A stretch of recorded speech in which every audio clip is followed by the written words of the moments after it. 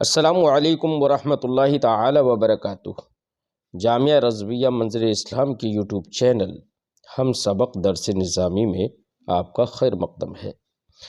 آپ کے لیے ایک اہم خوشخبری، جو طلبہ اور طالبات کسی مجبوری کے پیش نظر مدارس میں پڑھنے سے قاصر ہیں، وہ اب آن لائن گھر بیٹھے عالمہ کورس کر سکتے ہیں، وہ بھی صرف 6 سال میں۔ تفصیل کے لیے رابطہ کریں 9897273870 پر۔ بسم اللہ الرحمن الرحیم۔ وَكُلُّهُم مِّن رَّسُولِ اللَّهِ مُلْتَمِسُ غَرْفًا مِّنَ الْبَحْرِ أَوْ رَشْفًا مِّنَ الدِّيَمِ۔ وَكُلُّهُم، اور سب، کون سب؟ انبیاء علیہ السلام، سب تاکید کے ساتھ، کوئی فرد خارج نہیں ہے۔ کلہم، سب، من رسول اللہ ملتمس، التمس یلتمس، التماس افتعال، تلاش کرنا، مانگنا ہے، جستجو کرنا۔ ملتمس، مانگنے والے ہیں، تلاش کرنے والے ہیں۔ غرفم، بحر کا معنی سمندر جمع بحار، غرفن کا معنی ہوتا ہے چلو، مٹھی بھر۔ او رشفم من الدیم، غرفہ یغرف، غرفن کا معنی ہوتا ہے چلو میں پانی لینا یا تھوڑا تھوڑا پانی لینا۔ غرفہ من البحر، سمندر سے تھوڑا سا پانی لے لیا، دریا سے پانی نکال لیا۔ رشفہ یرشف رشفن سمع سے، اس کا معنی ہوتا ہے ہونٹوں سے چوسنا۔ کیا معنی ہوتا ہے؟ ہونٹوں سے، ہاں۔ رشفم من الدیم، دیم یہ دیمتن کی جمع ہے۔ دیمتن اس بارش کو کہتے ہیں جو ہلکے ہلکے، بغیر بجلی کے کڑکے، بغیر کسی چمک کے، بغیر کسی رعد و برق کے، آرام سے آہستہ آہستہ ہوتی رہتی ہے، جس کو ہمارے یہاں پر جھڑی اور فوار کہتے ہیں، وہ ہے دیمہ۔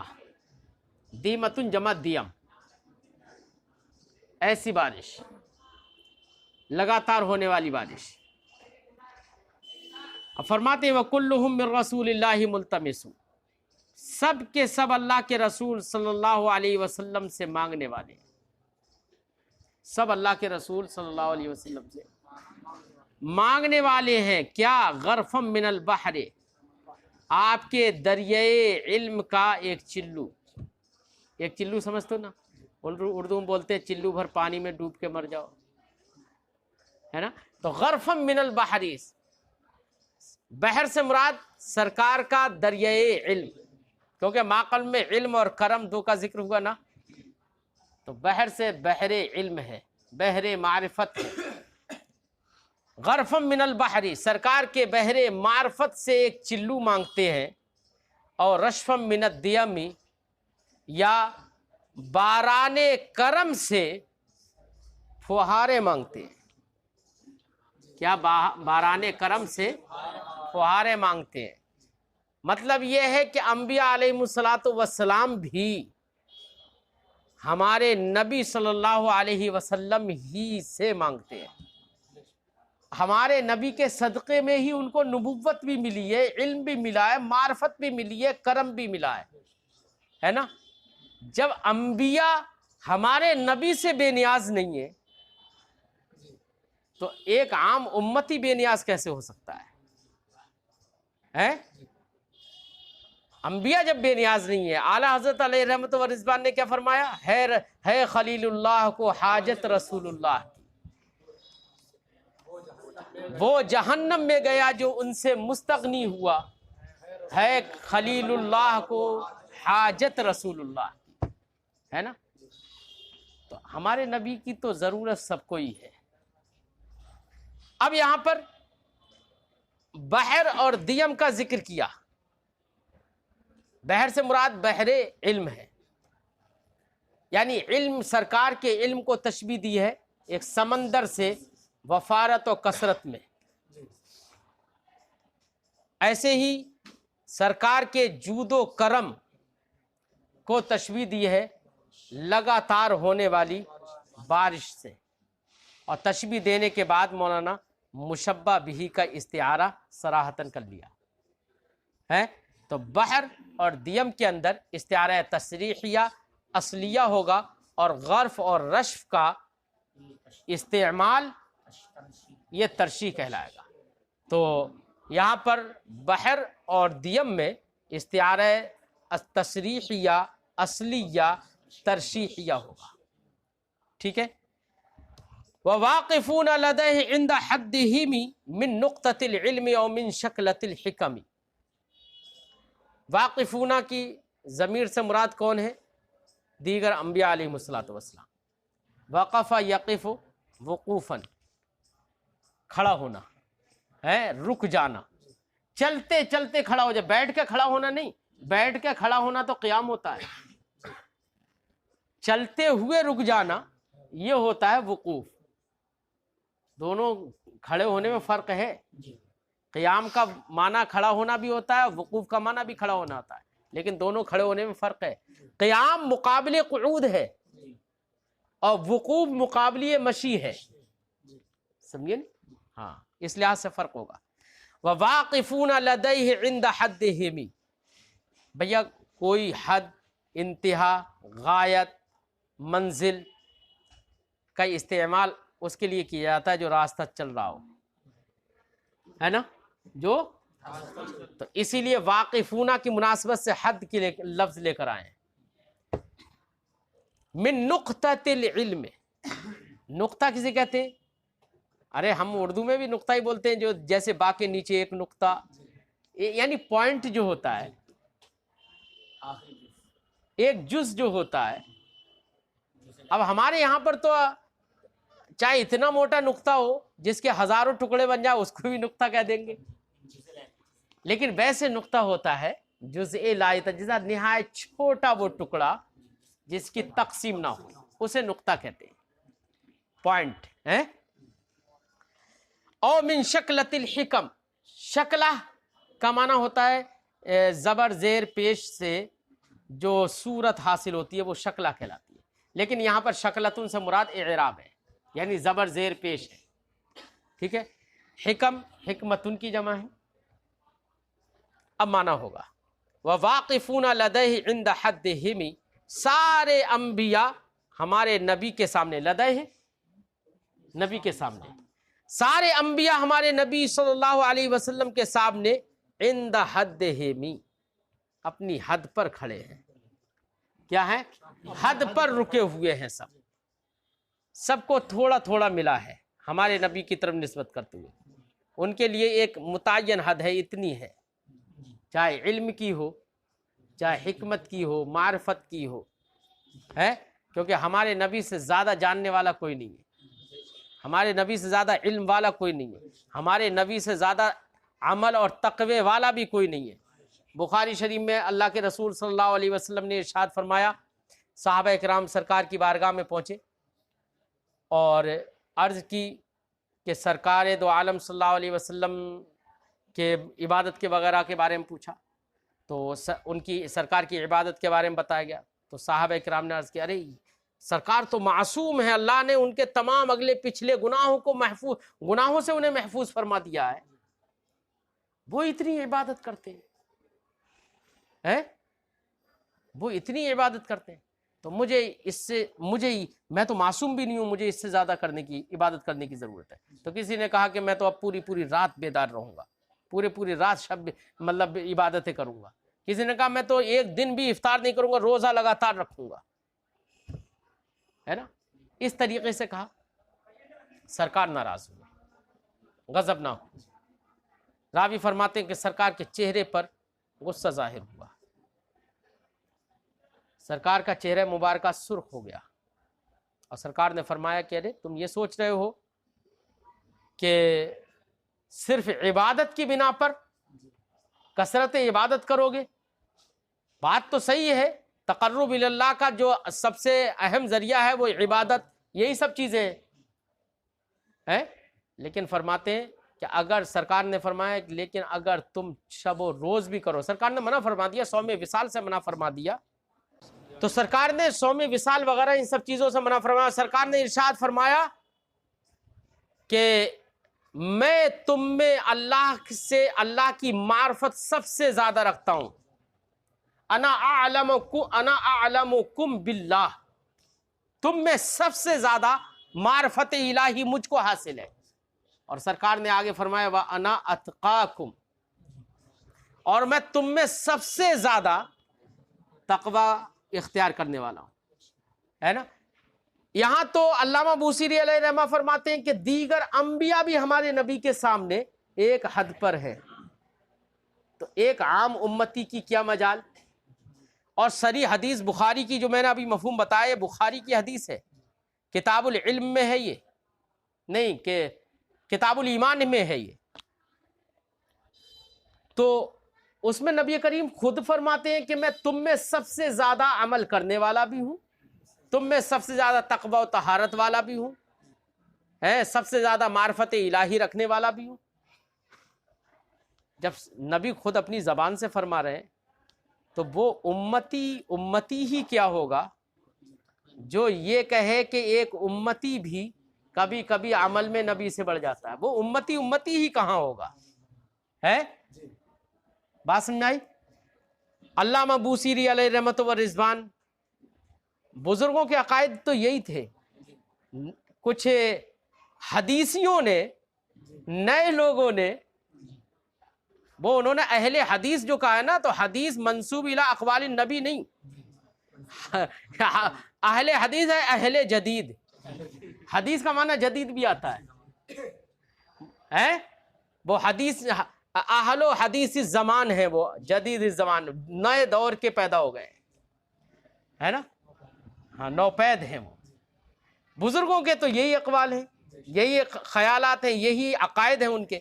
فرماتے ہیں وہ واقفون لدیہ عند حدہم، تمام انبیاء ہمارے نبی کے سامنے اپنی حد پر کھڑے ہوئے ہیں. کیا ہے ان کی حد؟ کون سی حد؟ من نقطۃ العلم، یہ بیان ہے من سے، یعنی علم کے ایک نقطے پر. علم کے کہنے کا مقصد یہ ہے کہ ہمارے نبی کے دریائے علم کے بنسبت دیگر انبیاء علیہ الصلوۃ والسلام کا جو علم ہے وہ ایسے ہی ہے جیسے کہ ایک نقطہ ایک لفظ کی طرف نسبت کرتے ہوئے ہے. او رشفم من الدیم او من شکلۃ الحکم، یا حکمت و دانائی کی ایک حرکت. لفظ حکم ہی دیکھ لو، حکم میں کتنے الفاظ ہیں؟ 3 ہیں، 3 حروف ہیں، اور اس میں ایک حرکت کوئی تلاش کر لو، زیر ہی لے لو، کتنی چھوٹی ہے. یہی حال ہے ہمارے نبی کے سامنے. بلکہ اگر دیکھا جائے تو یہ بھی ایک بیان کے لیے محض نسبت ہے. یہ بھی کیا ہے؟ ایک بیان کے لیے صرف ایک نسبت ہے. ورنہ تو ہمارے بزرگوں نے وہ نسبت بھی بتائی ہے کہ ساری کائنات کا علم نبی کے علم کے سامنے ایسے ہے جیسے کہ سمندر کے سامنے ایک قطرہ. اب سمندر دیکھو اور ایک قطرہ دیکھو، ہے نا. وَوَاقِفُونَ لَدَيْهِ عِنْدَ حَدِّهِمْ، اور سرکار کے سامنے تمام انبیاء اپنی حد پر کھڑے ہوئے ہیں، بحر علم کے ایک نقطے پر یا حکمت و دانائی کی ایک حرکت پر. فَهُوَ الَّذِي تَمَّ مَعْنَاهُ وَصُورَتُهُ ثُمَّ اصْطَفَاهُ حَبِيبًا بَارِئُ النَّسَمِ. تو ہمارے نبی صلی اللہ علیہ وسلم، ہوا کی ضمیر کا مرجع سرکار کی ذات، فَهُوَ الَّذِي، تو آپ صلی اللہ علیہ وسلم وہ ذات ہیں، تَمَّ مَعْنَاهُ وَصُورَتُهُ، جن کا ظاہر اور باطن مکمل ہے. معنی سے مراد باطن اور صورت سے مراد ظاہر، جن کا ظاہر و باطن سب کامل ہے. سرکار نے، جو میں نے ابھی حدیث کا مفہوم بتایا، سرکار نے فرمایا اعلمکم باللہ، میں تم میں سب سے زیادہ علم والا بھی ہوں. معرفت اور علم کا تعلق باطن سے ہے مولانا. اور پھر آگے فرمایا وَأَتْقَاكُمْ، اور تم میں سب سے زیادہ تقوی اور شعار کون ہوں؟ تقوی شعار کا تعلق اعمال جوارح سے ہے، عام طور سے تقوی شعاری کا تعلق ہے، باطن سے بھی ہو جاتا ہے، باطن سے بھی ہے، کیونکہ عمل موقوف ہے ہمیشہ ایمان پر، سمجھے، نیت پر، اس لیے باطن سے بھی ہے، لیکن ظاہر و باطن دونوں کا ذکر کر دیا سرکار نے وہاں۔ اس کا مطلب یہ کہ سرکار کے فرمان کا مقصد یہ ہے کہ میں اپنے ظاہر اور باطن دونوں اعتبار سے تم سے افضل ہوں، تو کوئی دوسرا نبی بھی، یہ تو صحابی رسول سے کہہ رہے ہیں سرکار خطاب کر کے، جب صحابی رسول نبی کی طرح نہیں ہو سکتے تو جو صحابی رسول کا دشمن ہو وہ کیسے ہو سکتا ہے؟ حیرت کی بات ہے، کہتے ہیں اپنے آپ کو اہل حدیث، لیکن حدیث نظر نہیں آتی ہے۔ یہ بخاری میں بالکل صراحتاً ہے، اور محدثین نے اس پر یہ کلام بھی کیا ہے جو میں آپ کو ذکر کر رہا ہوں، علامہ بدر الدین عینی وغیرہ نے ان باتوں کو لے کر بحث بھی کی ہے، سمجھے، لیکن حدیث صاحب اہل حدیث ہیں، حدیث پڑھنا نہیں جانتے ہیں۔ ہاں، کیا جو عشق نبی چھوڑ کر پڑھتے ہیں بخاری، آتا ہے بخار ان کو نہیں آتی بخاری، ہے بخاری نہیں آتی ہے۔ چل، فَهُوَ الَّذِي تَمَّ مَعْنَاهُ وَصُورَتُهُ، تو سرکار کی ذات وہ ہے جن کا ظاہر اور باطن مکمل ہے، مکمل ہو گیا ہے۔ ثُمَّ اصْطَفَاهُ حَبِيبًا بَارِئُ النَّسَمِ، یہ مزید خوبی کہ مکمل تو ہے ہی، مزید یہ کہ خالق کائنات نے، خالق ارواح نے ان کو اپنا حبیب بھی منتخب کر لیا ہے۔ ثم اصطفیٰ، اصطفیٰ یستفی، استفا چننا، منتخب کر لینا، ثم اصطفیٰ، پھر سرکار کو حبیب منتخب کر لیا ہے نا، حبیب منتخب کیا ہے۔ حبیب وہ صفت ہے کہ جس کے میں نے کل بھی ذکر کیا تھا کہ محبوب اور محب میں میرا تیرا جہاں نہیں ہوتا ہے نا، ہاں، یہ اس لیے یہ خوبی دیگر خوبیوں پر بڑھ کر ہے نا، ہاں، تو یہ حبیب اللہ کہ میں اللہ کا حبیب ہوں لیکن کوئی فخر نہیں ہے نا، تو یہ حبیب اللہ کہنا یہ بھی بہت بڑا فخر کی بات ہے، لیکن سرکار کو فخر نہیں ہے، باقی لوگوں کے لیے تو بہت بڑے فخر کی بات ہے یہ، سمجھے؟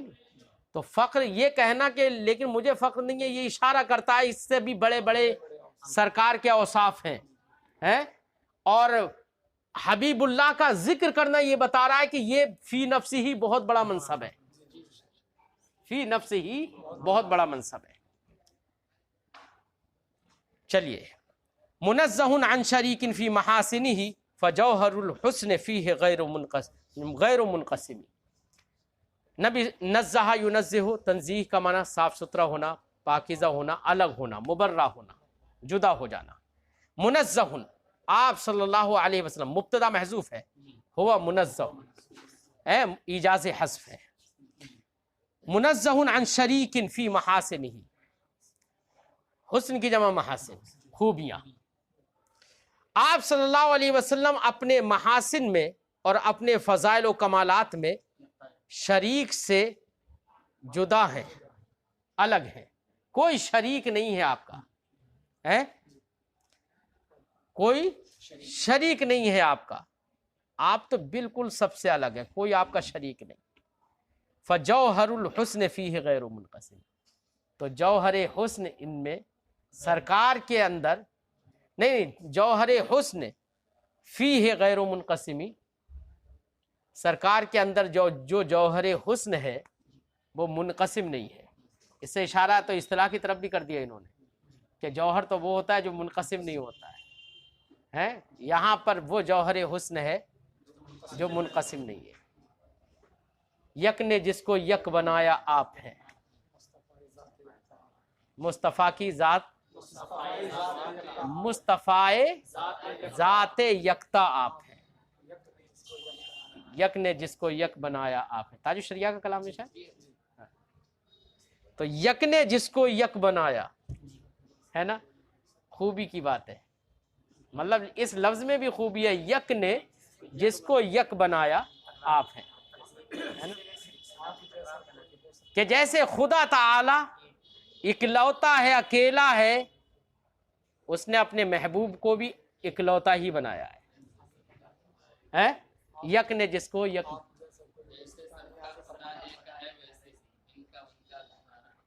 ہاں اعلیٰ حضرت کے بھی اشعار دیکھو. چلو، دع مدعته النصارى في نبيهم واحكم بما شئت مدحا فيه واحتكم. دع، ودع یدع سے چھوڑنے کے معنی میں، اس کا ماضی متروک الاستعمال ہے، ماضی مستعمل نہیں ہوتا ہے اس کا، ہے قد ماتت ماضیہ، اس کا ماضی مر چکا ہے.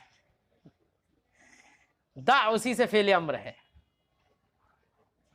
تو چھوڑ. مدعت ہو، اس کو چھوڑ دے جس کا ادعا اور جس کا دعویٰ نصارہ نے کیا ہے. نصارہ یہ نصرانیون کی جمع ہے، نصرا، ہاں. فی نبیہم، انہوں نے اپنی نبی کے سلسلے میں کیا دعویٰ کیا تھا؟ انہوں نے کہ اللہ کے بیٹے ہیں، ابن اللہ کا دعویٰ کر لیا.